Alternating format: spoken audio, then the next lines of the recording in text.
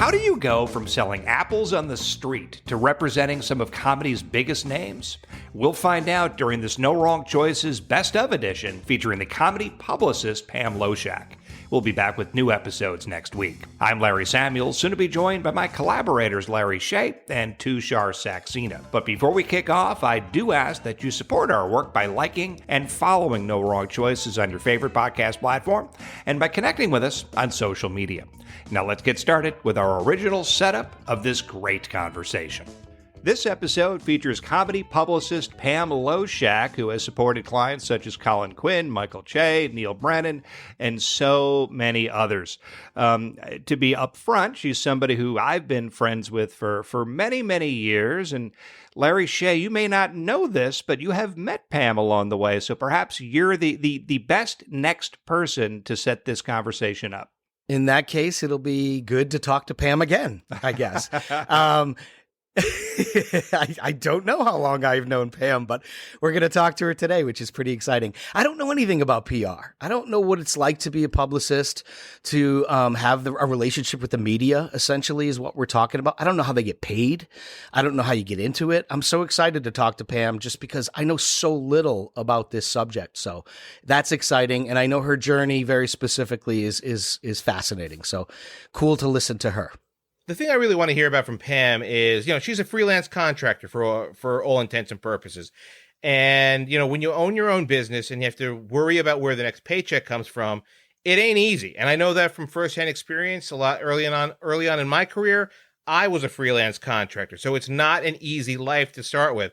So, when you have that opportunity to join a company or if tomorrow, some company calls and says, we want you to head up our division, would you do it? And there are always pros and cons to that decision. I would love to hear, what that thinking is from someone like Pam, who's in that situation currently.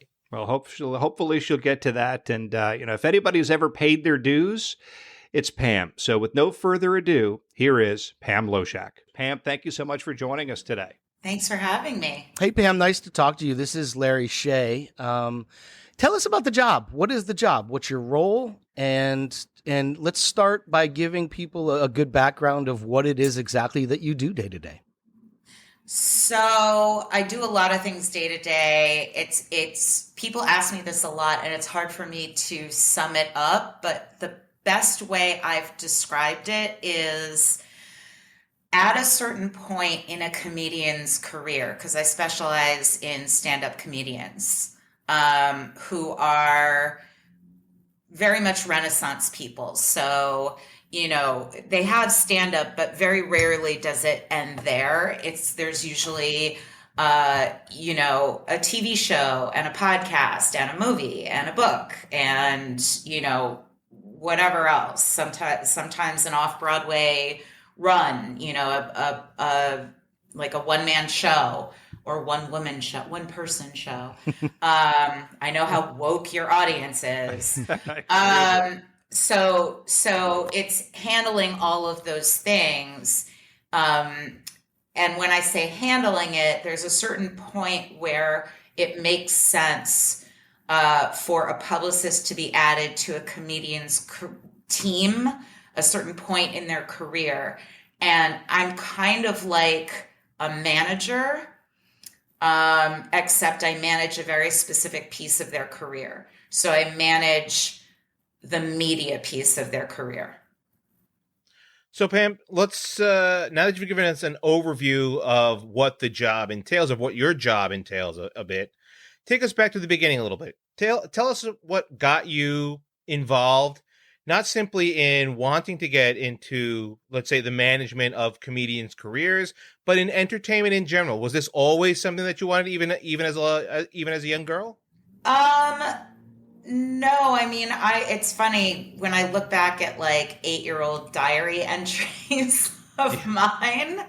I mean, listen, not once did I write, "Dear Diary, when I grow up, I want to work at a bank," Right. Or not many do. I want to fix cars, or like, it was always something in the creative arts arena, but like, I didn't know that. I mean, my family, My father worked in the entertainment industry. He was an entertainment lawyer in the music business. So he worked for Sony Music, and then opened up his own practice and worked with various musical acts, including Kool and the Gang.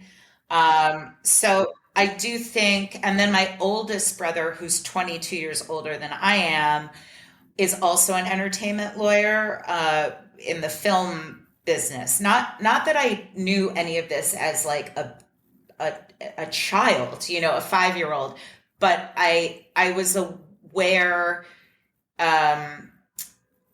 of the like I had family in the entertainment industry. So I think when you grow up in that, like it just subconsciously implants itself as an option in your mind that can happen, you know? So in that way, I knew that was a possibility, but I don't think I was like thinking of that at the age of 6. I mean, Jesus. I mean, that's what kind of early. intense people do you have on this podcast? Look, some of the people we have on this show are very, very focused. I mean, I thought I was, for 5 minutes, I wanted to be a writer. For 5 minutes, I wanted to be a jewelry designer. For 5 minutes. At 6 years old, that's still pretty focused. I mean, kind of, just because like my mom got me some beads and I made a necklace. Although I will say I was always very business minded. When I look back in retrospect now, everything I did, I was always like, how can I turn this into a business? So like when I was probably 6 or 7, I went up to my mother and I was like, I'm opening up a lemonade stand outside of my brother's Little League games. I'm doing this, Mom. And I like set it up and I made signs and I was very charming and I made a bunch of money. I think I made like $30 or something. Very nice. When for the 5 minutes that I was really into making jewelry, I like made these necklaces and I set up a stand outside of my grocery store and tried to sell the necklaces, which I'm sure was illegal. You know, I definitely didn't have whatever license you need to do that. But so I will say that I was always business minded, I guess. I mean, when I was very young, I wouldn't play house with my friends. I would play entertainment manager, and I would and I would sit. I had a bunk bed, and I would sit on the top bunk, and I would make my friend be my assistant and sit on the bottom bunk. You did not do I this. shtick right now. I can't tell. I 100% did. Granted, I did it in a princess dress. We were in full makeup. You know, we were like dressed up. But I guess that is sort of the way my mind always worked. Wow. So when did you start to, push towards, I guess, the real thing? An actual job? Yeah, exactly. I was going to be 10 years old. When did you bring this to real life? I graduated college. I worked in advertising for 5 minutes because they recruited me out of college for a big advertising agency called MediaVest. And like nobody else had, all my friends were going to San Diego to like, get high and like hang out on the beach. And I was like, okay, well, how about I get a paycheck? And so I did that, and that was hilarious. I mean, I started that job 2 weeks out of college. That's not at all where I should have been. And so I quit that job and was cocktailing and just doing things around the city. And like, eventually I just got very, this will come into play later, which is why I'm going to mention this. I've never been the type of person, I always need to know how my rent is being paid. I need to know, where my paycheck is coming from. So, the fact that I'm a freelancer technically now is nothing I ever in a million years would have imagined I would be cut out for. But going back, I think I was just, I was sick of like the instability of working at restaurants, and I was really broke. And so I knew that I wanted to work in the entertainment industry, but I didn't know exactly what I wanted to do. So I set my sights on getting a job at a talent agency, because they're kind of the nerve center of the industry. And I figured that it would be a good place for me to figure out what direction I wanted to go in. And hopefully I would have the connections to do so once I figured that out. So you pivoted from working at the ad agency and doing other jobs to kind of to make ends meet, and then you moved over to the talent agency. Is that right? Yes, which when you start out at a talent agency, you're not going to make ends meet. I mean, I started there as a floater, which means that I was working at WME, which is a major William Morris Endeavor. Yeah, it's a major talent agency. And, the way I got that was that at the time, I just so happened to be dating somebody that knew somebody who was an assistant there, who got my resume in. But I did not start in the mailroom. I didn't, I was a little bit older than the other people who typically start at the level that I started at. Usually people come right out of college and do it. And I was like 26, 25. So I just didn't want to be in the mailroom. I didn't want to do all of that stuff. So I got a job as a floater, which is an in-house temp, and you report to HR every day, and they put you on a desk if an assistant is out sick or needs extra help with a project, and you float around from desk to desk, which is actually better experience than being in the mailroom.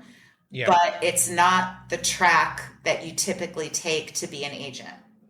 I just I don't want to gloss over this part, and I want to get back to this, but did you study publicity or marketing in college at all? Or where did that spark happen? I was very high in college.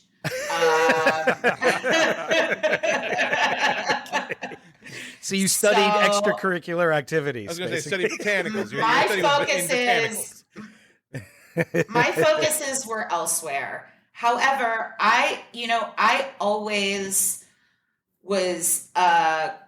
gravitated towards comedy. I knew who all the comedians were at an inappropriately young age. I was always doing impressions in school. I was always the funny one in school. I was always a lot of things in school, but I was also always funny. I did a lot of theater. I don't think I've missed an episode of SNL since I was like 7 years old. Like, wow. I shouldn't have known who all the stand-ups were on HBO, at the age of like 7. But that's great parents. That's what I was watching. Or neglectful parents. No, it was cool parents. That's cool parents.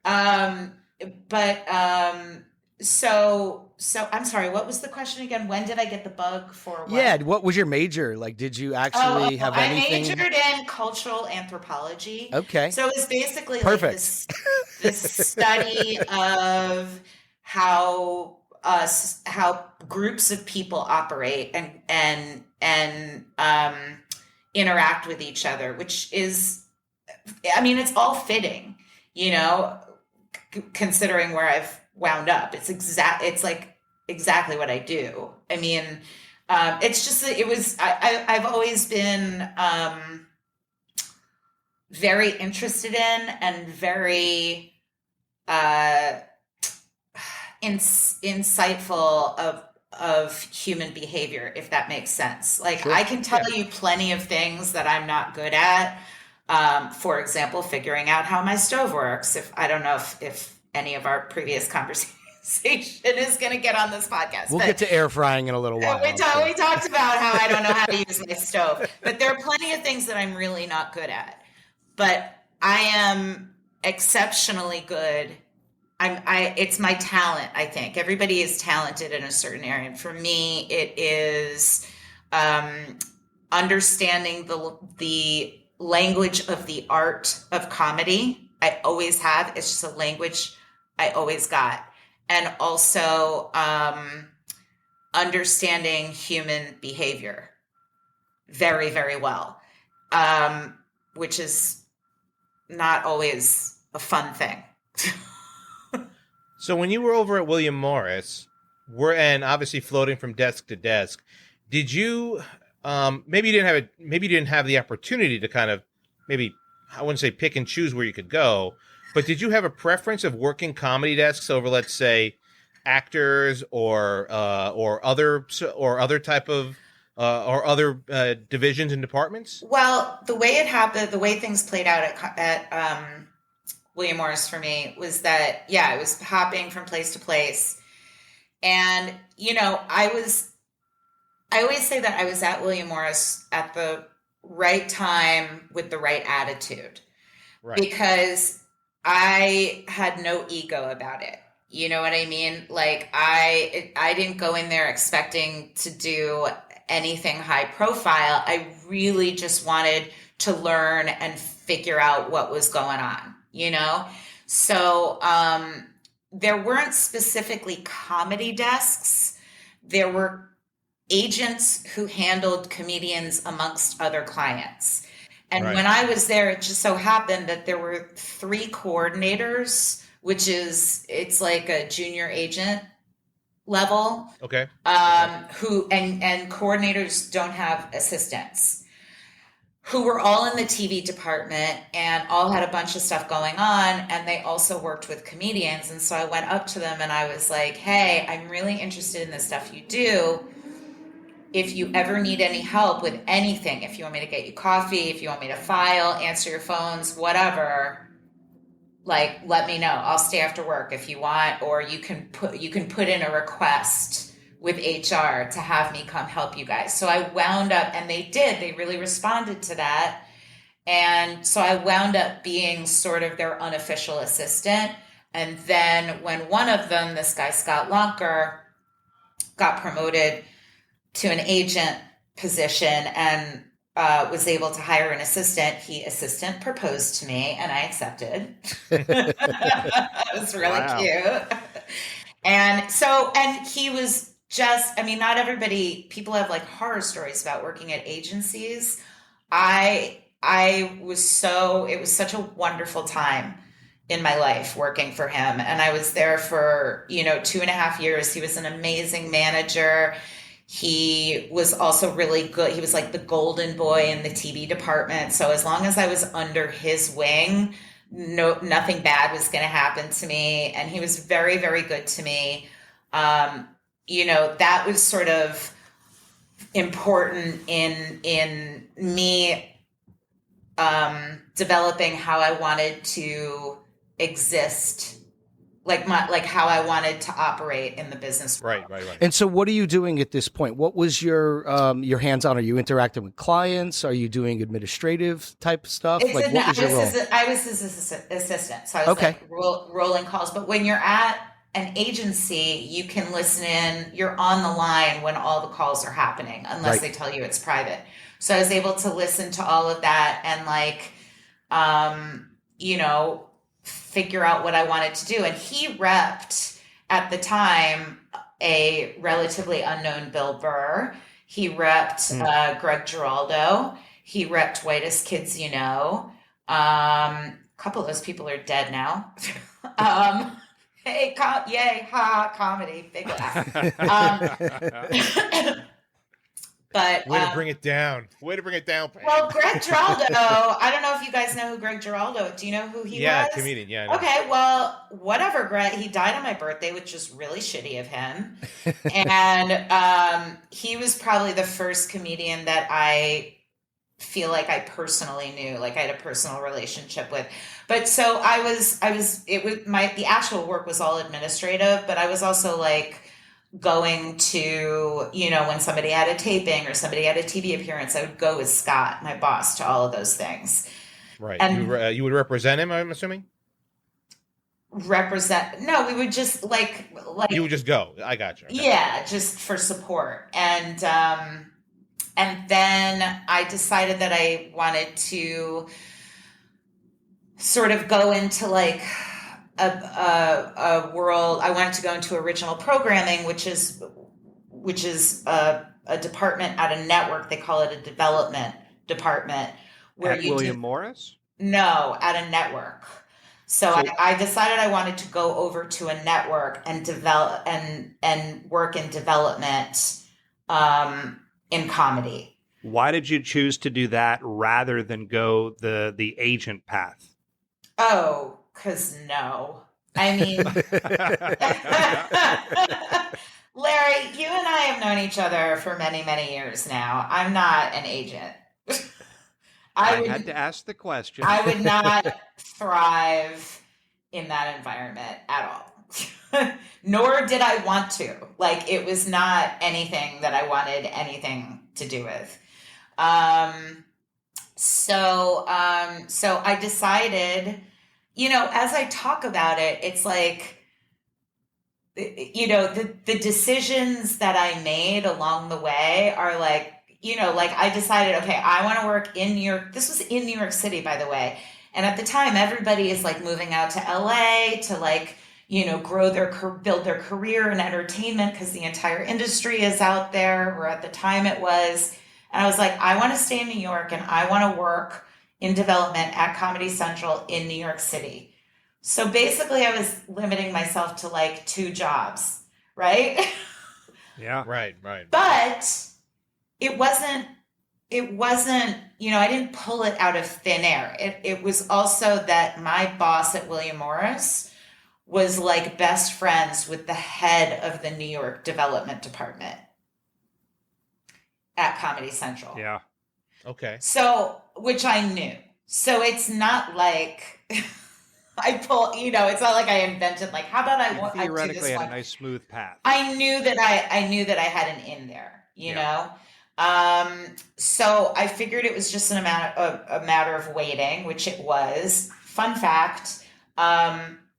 So the guy that I did wind up eventually going and working for as his assistant at Comedy Central is a guy named Lou Wallach.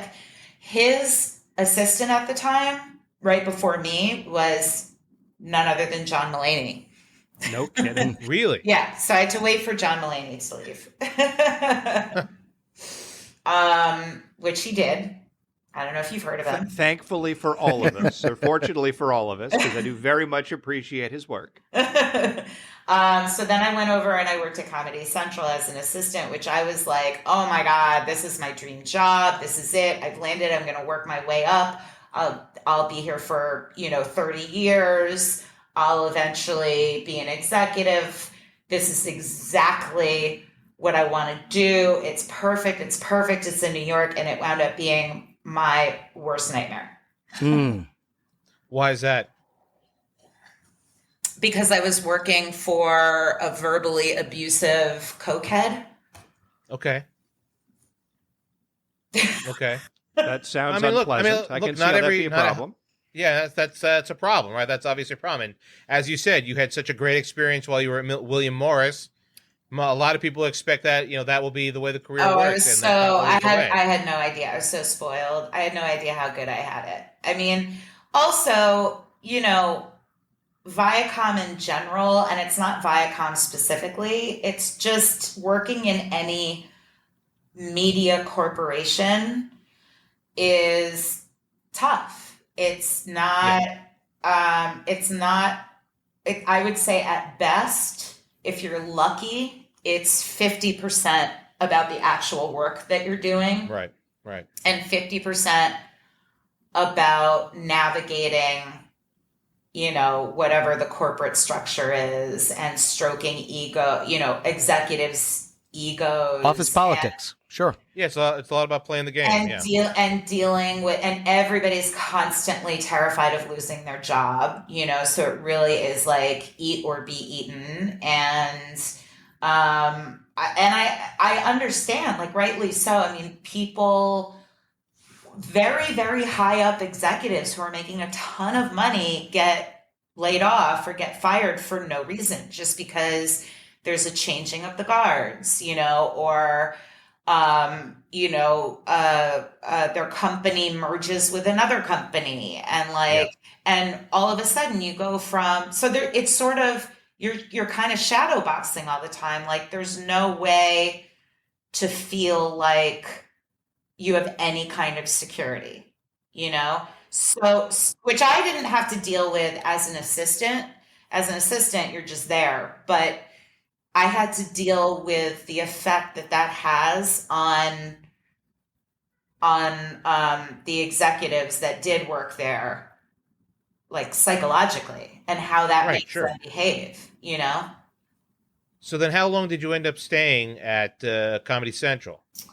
I was there for 2.5 years. And so I was trying to, so in entertainment, in the field that I'm in, one of the hardest jumps that you're ever going to have to make is from assistant to executive, or like assistant to junior executive. You really have to have somebody who's like championing you, like ushering you through that transition, or it's never going to happen.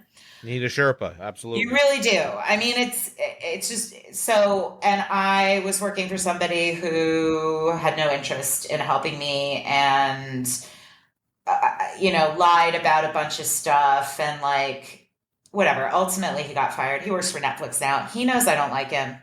I would say all of this. I would say all of this to his face. And by the way, every other boss I've ever had, going way back to my first boss at the advertising agency, I am still in touch with, and I have very good relationships with. I adore them. They adore me. He was a nightmare. I have to ask this question right now because it's important, because we often don't spend enough time on maybe the decision we make that we regretted, right? And or the twist and turn in the road. Ultimately, it led to where you are now, which is fantastic. If you had it to do over again, though, would you have made the same choice to move to Comedy Central? Yes, because it looked good on my resume. Okay. That's a fair answer. I wish that there had been another position that would have had the equivalent clout, for my resume in the comedy world, but there really wasn't. I mean, I really had limited myself to like 3 jobs without moving to LA. Yeah, right. So, so I was at Comedy Central, and it really got to the point where it was like really affecting my like mental health being there, and working for this guy. And things were happening. Like I would go, so at the time they moved offices, but at the time, the offices were at Columbus Circle, which is right at for anybody listening who doesn't know New York City, it's right at the tip of Central Park. And I lived right at the end of the other side of Central Park.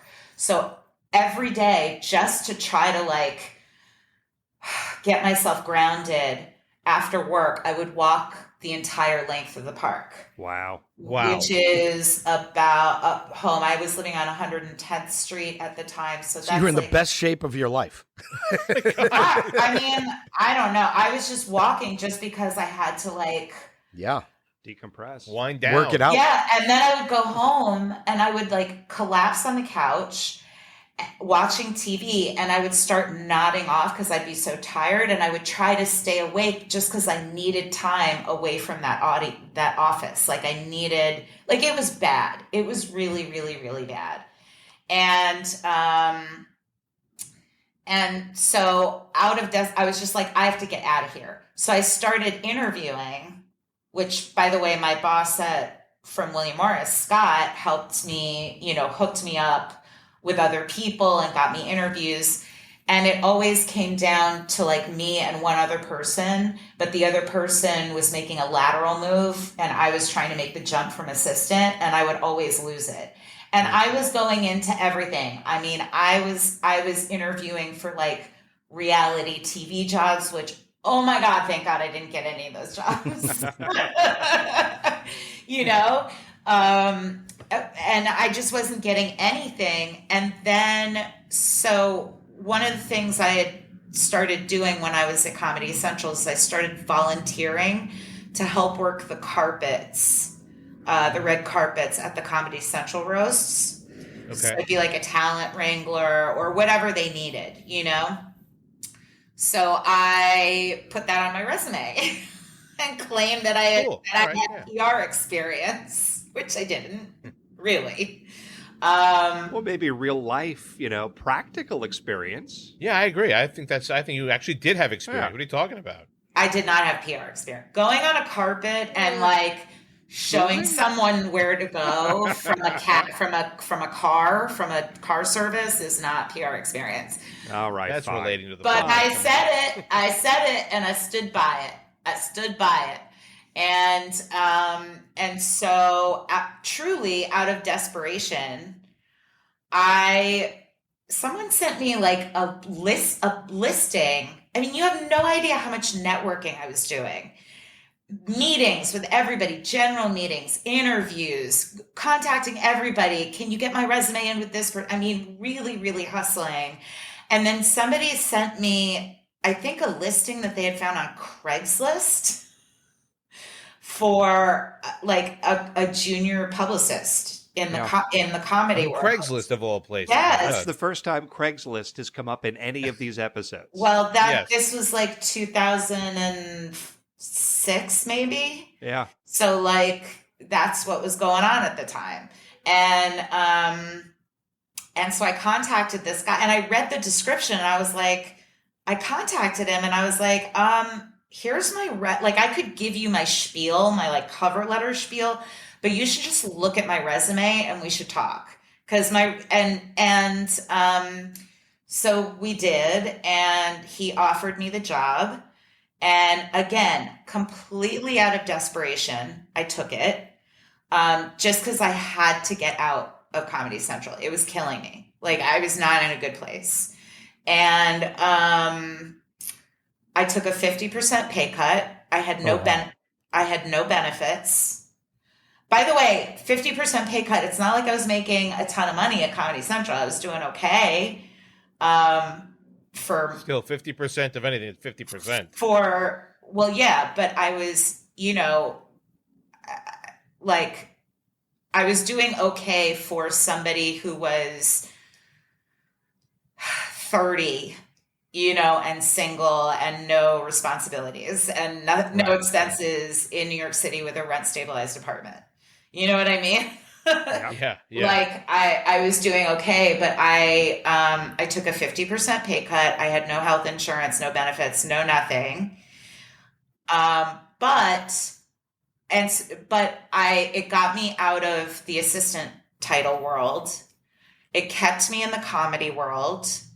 And it was just a place where I could go and still have a paycheck, no matter how small, and not be like emotionally tortured every day. Yeah. And still, I figured I could still interview, I could still do all the things I was doing, but maybe I wouldn't be so miserable, and I wouldn't be an assistant anymore.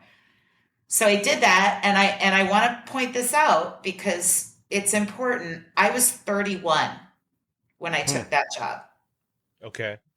So I don't know how it is in other industries, but like to be just coming out of the assistant world at 31 in the entertainment industry is very, very old. It's late in the game. Taking that type of a leap. It's very late in the game. So, that's something that I was wrestling with, within myself. And, but I did it. Anyway, that was 2007.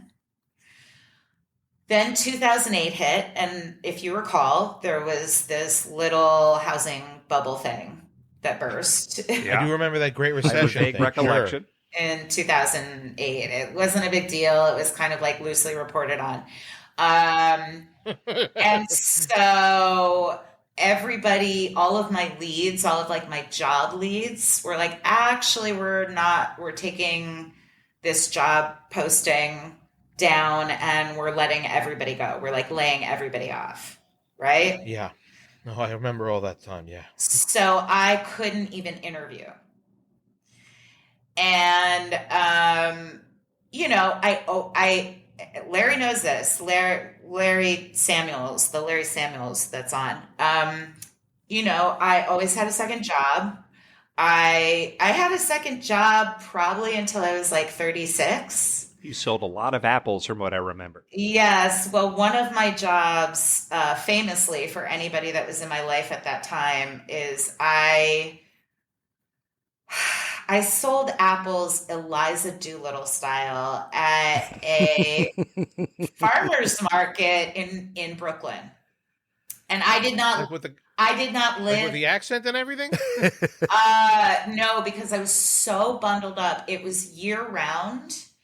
So the only time they canceled the market was if the high temperature was below something like 21 degrees.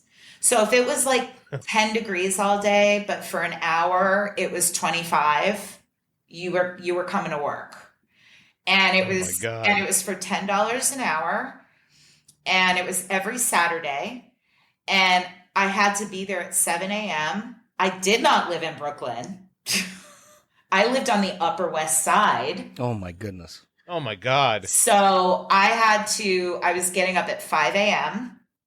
in the freezing cold, to haul my cookies to Fort Greene to sell apples. And it was like hardcore manual labor. I mean, you have to set it up. I remember there were like 6.5 foot tall wooden tables that you had to like unload from the truck.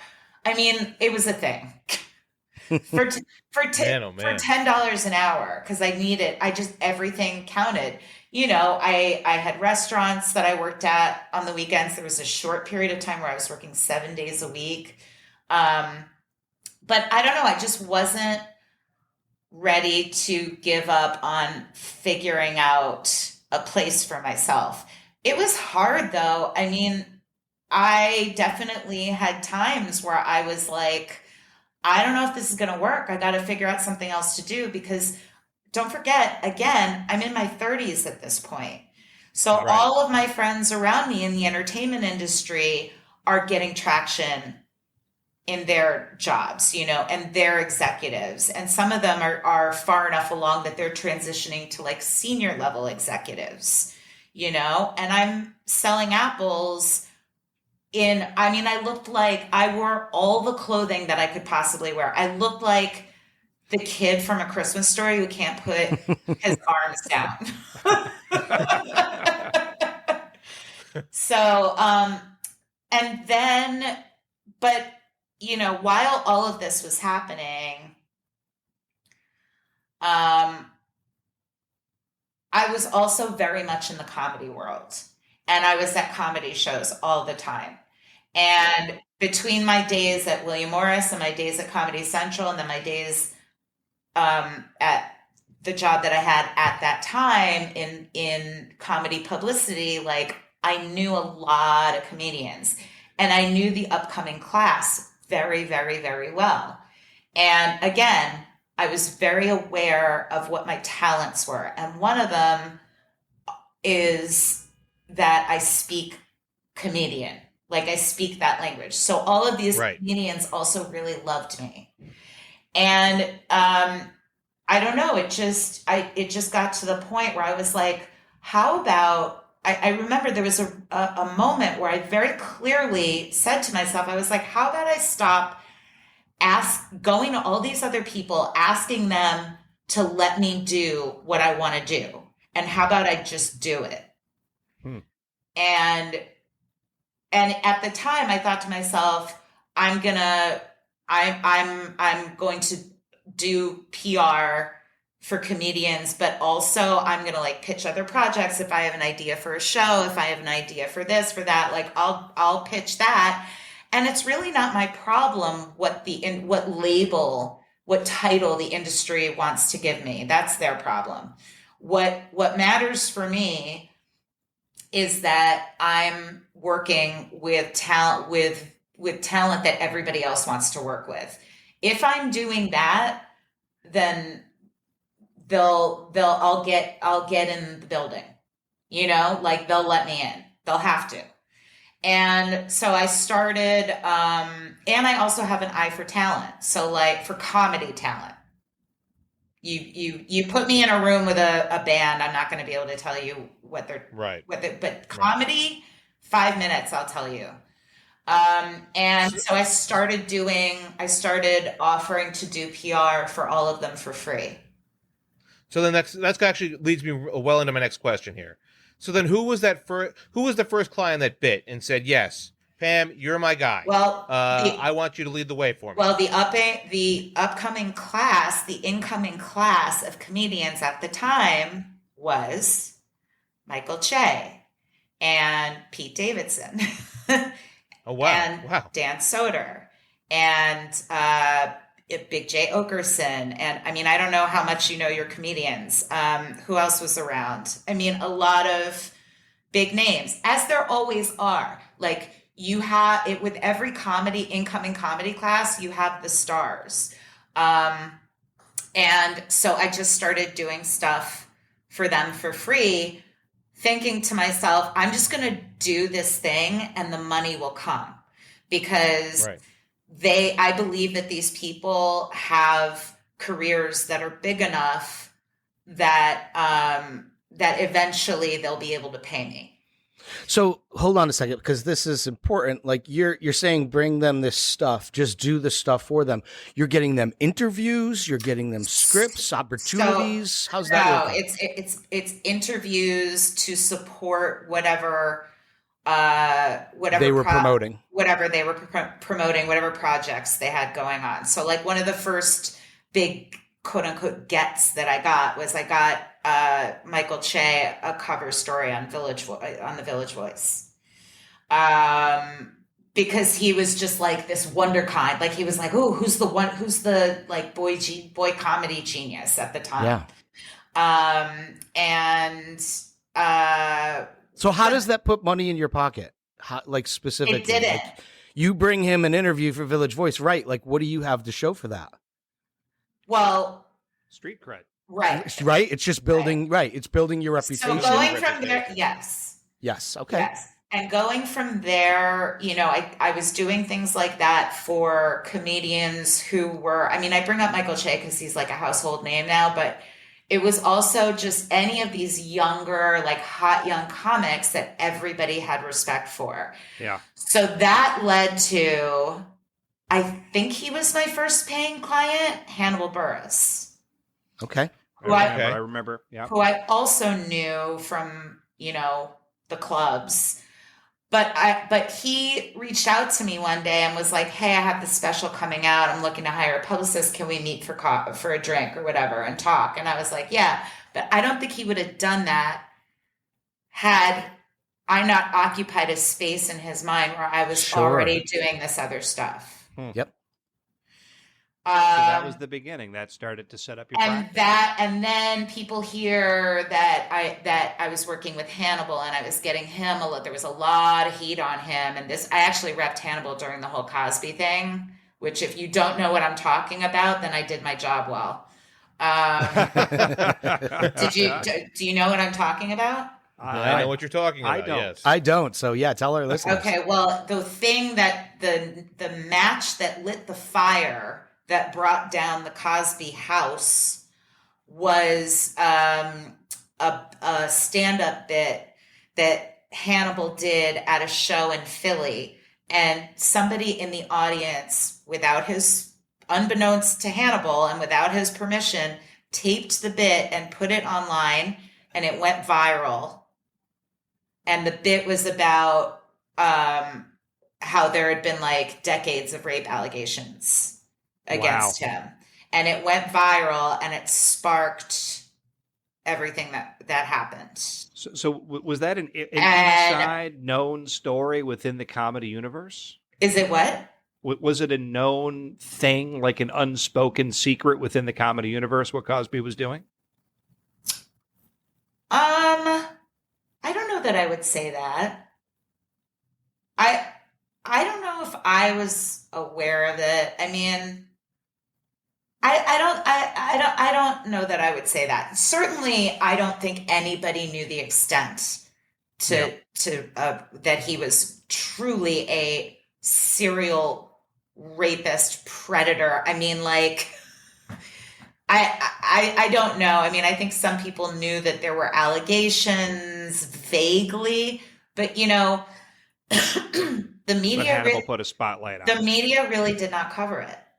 Got it. They didn't want it. It was inconvenient for them to, I mean, it was very different before Cosby and Me Too, Of course. and neither of those sort of movements are perfect, by the way. There's a lot of hypocrisy in it, and they're very flawed, but, So your role was to try to disconnect Hannibal from yes, the story? Yes. And how do you do that?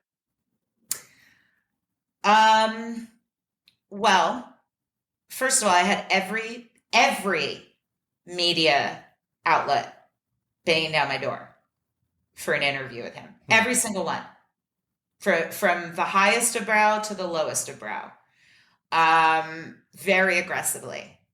It was very surprising to me that, outlets that sort of pride themselves on being, distinguished were acting like TMZ, So, and at the time, and the thing is, like, I think if Hannibal would say this, like, he doesn't regret doing it, but he didn't perform that bit to be like a social justice warrior. Like, that's not what he was doing. And it wasn't a story about him. So, and at the time he had a national theater tour that he was promoting. There were other things going on.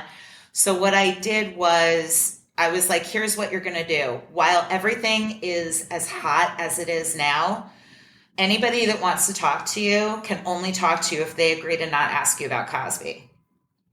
Interesting. You're not going to talk about it at all. And if we lose press, which we did, we lost a lot of press, fine. And then what you're going to do is when things cool off a little bit, you're going to talk about it a lot. So that it's your terms. So that it's not news. Yeah. Right. So that no one can write a headline saying Hannibal Buress breaks his silence, because you've talked about it all the time. And also, when you talk about it, you're going to talk about it in a very boring way. Wow. So is that okay? So then let's talk about the notion of controversial topics. Or obviously, the Hannibal Buress is kind of an outlier, obviously, because that really started that little spark that, I'm not going to say it lit a spark that I don't think many could have seen. But let's say controversial topics. Is that how you would then treat then subsequent comedians later on? Say, hey, look, if something happens like this is the game plan with how we go forward. Well, I have my own company now. And part of the reason that I have my own company, one of the many reasons I have my own company and I don't go to a big PR firm, is because I can pick and choose who I work with. So if there is a comedian who has to legitimately apologize for something, I'm probably not working with that person. Anybody who says something, anybody that I work with, I would never ask them as a comedian to censor themselves or apologize for anything. Part of being a comedian is really honing your own voice. So I would never ask a comedian to alter their voice or pretend or anything. And if there is something that is apology worthy, again, I'm probably not working with them. So Pam, let's build upon the story of Hannibal. So, you've been working with Michael Che, you've been working with Hannibal, you're starting to develop a practice, when did momentum kick in? When did you really start to build out a practice for yourself? Well, part of what happened is that the comedians that I started working with for free, their careers developed just as I had counted on. So that's when things kind of started to grow for me. The fact that I worked with Hannibal got around.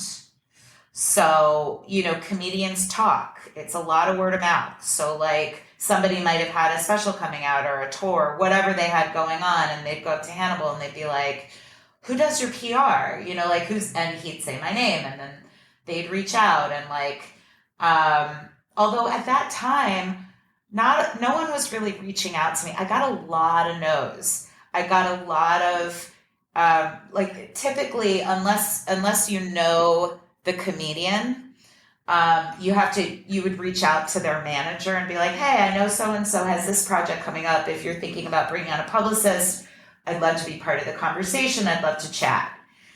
And there were people who just didn't pay me any mind because I wasn't part of a big company. I wasn't, who was I? I was just some schmo, and they just didn't give me the time of day. But some of the other comedians did because they spoke to Hannibal. And then their managers had to pay attention to me. Interesting. So that really broke it open for you. Well, it was one of the things. And then, and there were a few different clients that I started working with that helped that happen. And then if you're working with, I have a couple of clients now. One of them is Sam Morril, who's super hot in the comedy stand-up world right now. Are you familiar? Are people? I've seen some of his stand-up gigs on Comedy Central. Okay. And all of the comedians love him. And I'm getting a lot of business has come off of that for me because they all want to know who's doing his PR, and he and I have a very, very good relationship. I'm doing a really good job for him. So he throws people my way as well. So there are a few clients who have done that for me. But what eventually starts happening is that the industry starts knowing your name. Right. So I would say, another thing that happened that was the Oscar nomination for the Lucas brothers, that sort of put me in a different league. What's the story around that? So this was, it's hilarious. It's actually hilarious. This was in 2021. So we're in full COVID, right?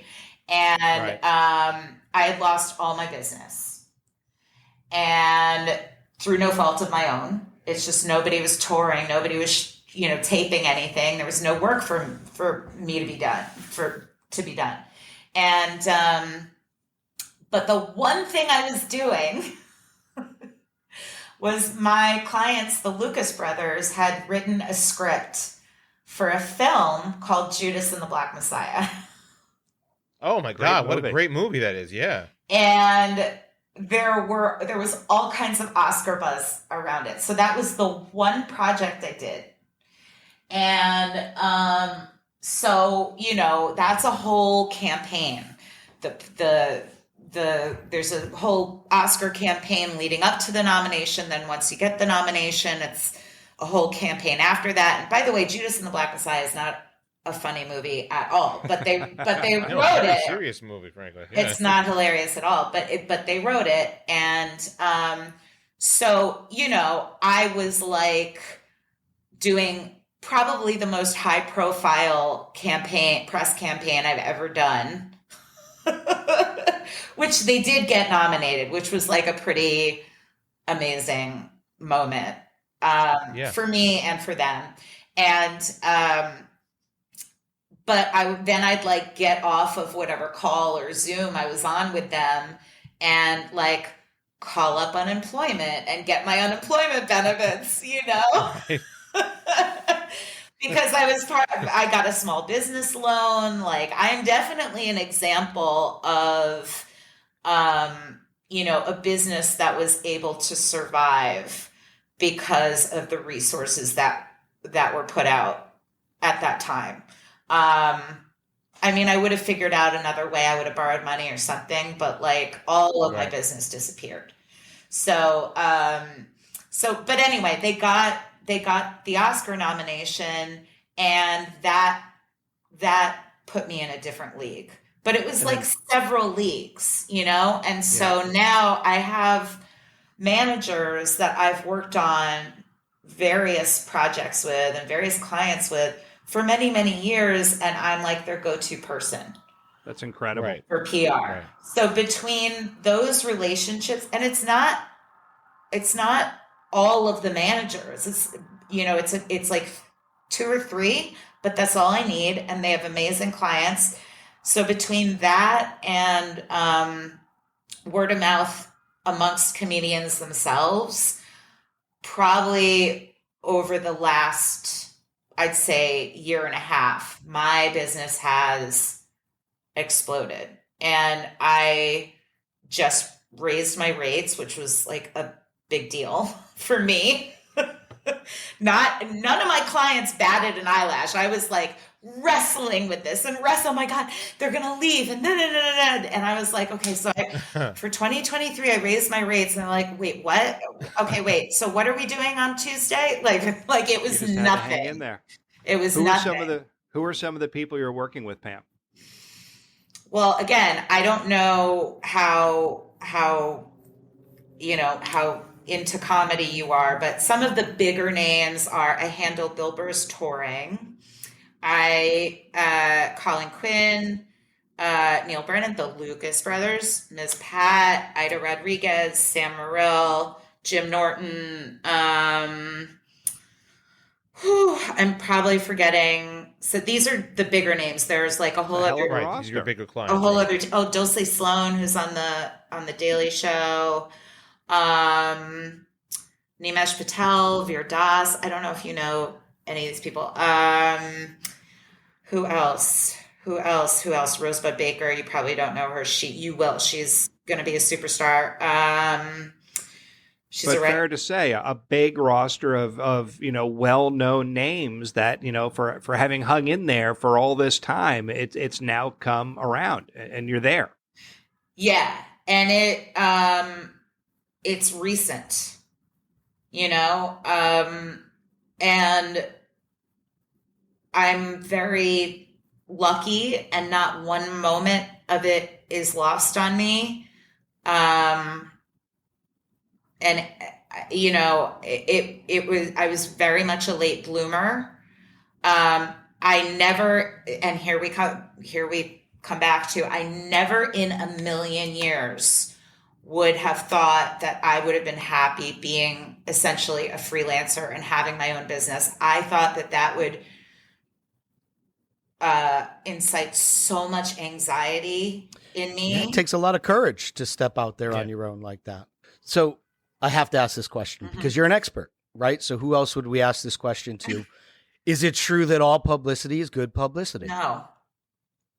In what way? Define that. Well, publicity is every company, every industry in the world has a PR department. So I can really only speak to PR as it relates to comedians. But again, this comes down to the type of talent that I work with. I don't work with talent whose work can't speak for itself. So like when I promote somebody, I'm promoting their work. So if it's bad publicity, then it's going to be bad publicity around their work. And the objective for my clients is to be loved for their work. If you are on The Real Housewives, Yeah, probably all publicity. Publicity is good Yep. publicity. That's fair. So, Pam, as we work our way towards the end of the conversation, we always want to hit, advice for young people. So if there are, younger people listening to this podcast who want to, they can't follow your path because it is certainly quite unique and it's been an incredible story. But if somebody wanted to get to the point where you are today and become a comedy publicist, what guidance or advice would you give them? Specifically to become a comedy publicist? Yeah, or to get in the space. If you know that you want to become a comedy publicist, go get an assistant job at one of the bigger agencies, like the bigger PR agencies. It's totally stumbling upon this accident that I wound up in the publicity department world. It was not what I set out to do. But I think in general, like career advice, what was really valuable to me is I kept putting one foot in front of the other. I also listened to a lot of like sports coaching mentality stuff, like a lot of like boxing mentality. Interesting. Mm-hmm. Does that make sense? Who said it? And I know nothing about sports, but That's why I was so confused, because I know that. Who's the one?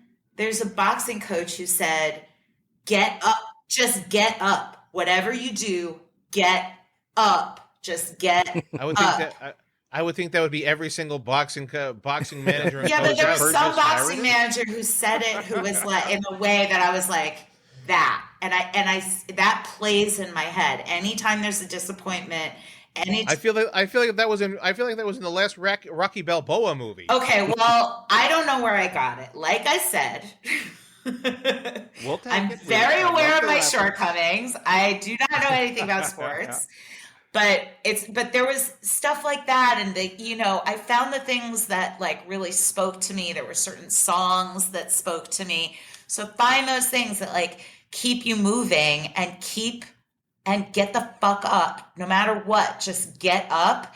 And, also like, it was really important to me that I, knew myself very well.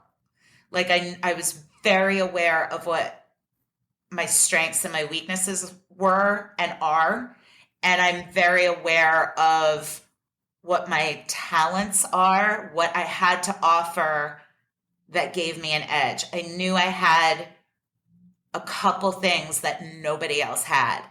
And I knew that there had to be like, I knew that there had to be comedians that would really respond to having somebody on their team who wasn't like a greasy, slick entertainment person, but who also really intimately understood the art form.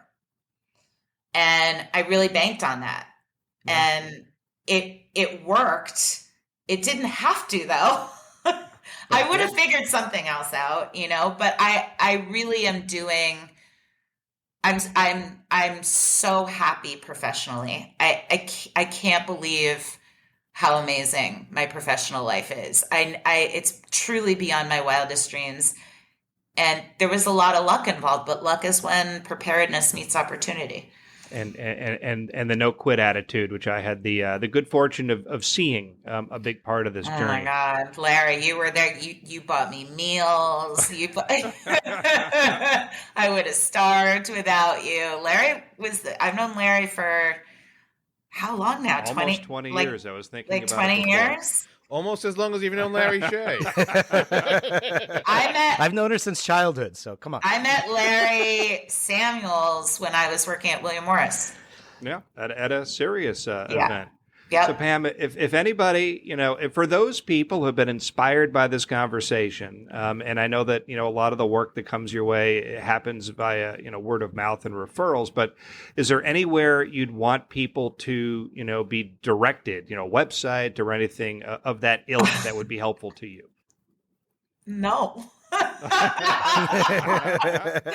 you can't find her. I don't have, but like, this is the thing, but this is a perfect example of what I'm talking about. Like, there are plenty of comedians who want a fancy, pretty website, and they want you to come in with the boardroom, and then I was working from home before COVID made it cool. Before it was cool. But I don't have a website. I do have, my Instagram is at Pam Loshak, but there's only like 15, 20 pictures on there, and they're all of my dog Noodle. So I guess you don't need our help. No, Pam, you are the first guest we've had on this pod who's said, no, do not contact me in any way, shape, or form. No, you can contact me, but there's nothing like you giving me a follow doesn't do anything for my career, but you're more than welcome to if you want. Also, they're all the pictures are of Noodle. My dog is very, very cute. He's very silly. He's a Boston Terrier, and he's the best. But I do not post a lot on there. So if you want to reach out to me, you can. I'll get it. But if you just want to see what I'm posting, what you can expect is like a really cute picture or video of Noodle like once every 7 months. Perfect. Well, I guess we'll do the best we can to help you via putting this out there, and any assistance you're willing to give us, we will certainly accept. So, Pam, what an incredible story, and thank you so much for telling it to us today. Well, thanks for having me. I'm honored to be invited. I didn't think, truly, there were so many moments for so long where I just couldn't catch a break in my work world. The fact that I'm getting asked to do anything is always something that I'm grateful for. So that was Pam Loshak, my good friend Pam Loshak, who I hope lived up to the billing that I set up for her going into this conversation. What an incredible person who persevered through so much. You really picked up on the word that I really wanted to talk about here, is that perseverance. She talked about this notion of, the first job she had, great job. The next job, terrible job. Really hated the person that she worked for at that point. And look, it ain't easy. When you have that situation, how do you get out of it? Or how quickly do you get out of it?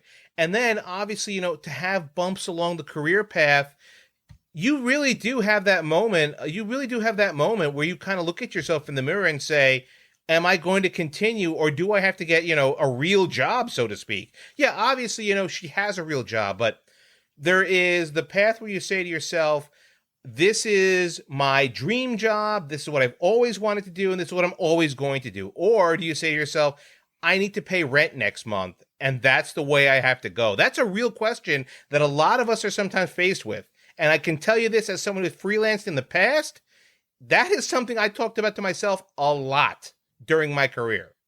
Yeah, I think very impressive knowing how to get out of a toxic work relationship, right? And knowing when to leave and how to get out, because your mental health is important. Sometimes we have to, search around for the nuggets, right? In these interviews, but when I talk to Pam and I hear things like know your strengths and weaknesses, get up and put one foot in front of the other, hustling, finding a way, selling apples, doing what you have to do. I think that's fascinating. And then also luck is when preparedness meets opportunity. She admits she was lucky with a lot of things, but luck, hard work, dedication, she's really a fascinating story, because we don't talk about the adversity stuff very often, right? But these journeys are hard and they're long, and she found a way, and that's great. One thing I also picked up from her was when she talked about, hey, she said a boxing coach who said the idea of always get up, right? There are little things that you kind of pick up along the way that you kind of use for inspiration. And we didn't talk to her about a mentor, so to speak, but along our journeys, we all kind of pick up on things that inspire us. And I even have things that I'll even put that to myself and say that, yeah, there were moments in my career path that, yeah, there were instances and moments, little things that I can say I really, really relate to were on that. That yes, there were instances and little nuggets here and there that I used to inspire me to go forward as well. So for her journey, I think her journey and mine, I really relate to a great deal.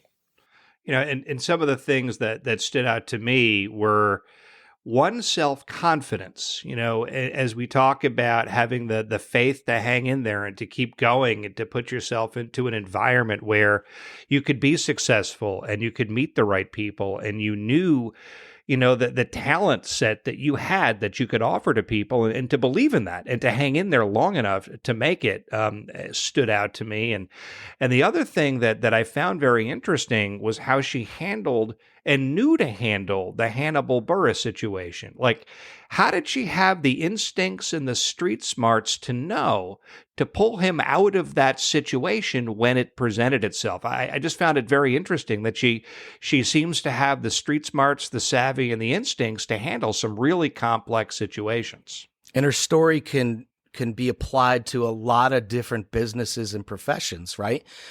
The get up, just get up. I mean, that is just so brilliant. You can apply that to almost any field and it works. So she's given you tools about how she did it, but they're tools that we can all use in our lives as well.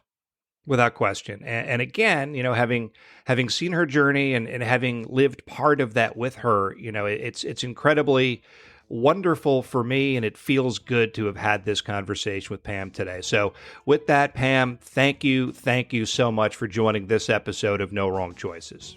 We also thank you for joining us. If this conversation made you think of someone who could be a great guest, please let us know by sending us a note via the contact page at NoWrongChoices.com. As I mentioned off the top, Season 6 premieres next week, featuring the lead veterinarian from one of the most famous resorts in the world.